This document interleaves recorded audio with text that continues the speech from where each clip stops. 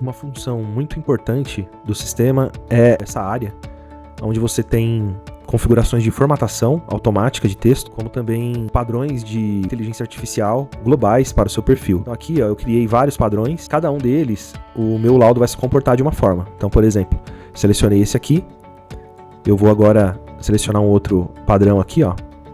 Você vê que a formatação muda. Então, se você trabalha para vários serviços, e cada um dos serviços possui um tamanho de letra, espaçamento, você pode criar então esses perfis aqui.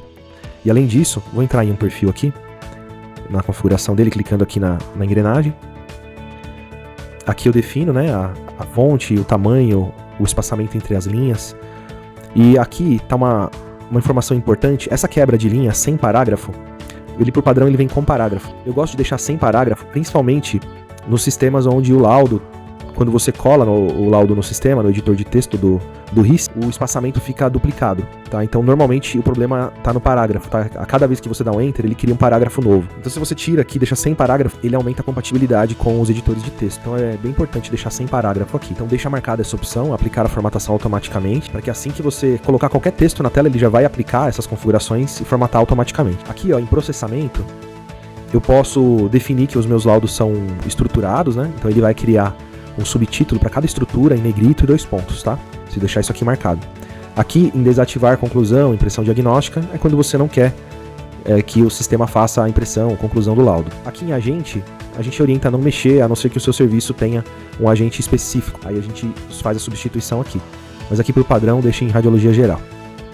Em prompt, você consegue dar instruções específicas, né, instruções globais, que vão ser aplicadas em todos os seus laudos. Então aqui eu dei um exemplo, onde esse serviço, por exemplo, não utiliza técnica, mas utiliza método. Então eu criei aqui uma regra, chamei de número 1, para substituir técnica por método, análise por os seguintes aspectos foram observados, e impressão diagnóstica por conclusão.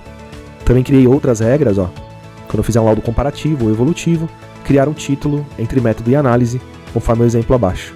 Então ele vai criar entre método e análise um subtítulo chamado laudo comparativo, né, quando eu estiver fazendo um laudo comparativo.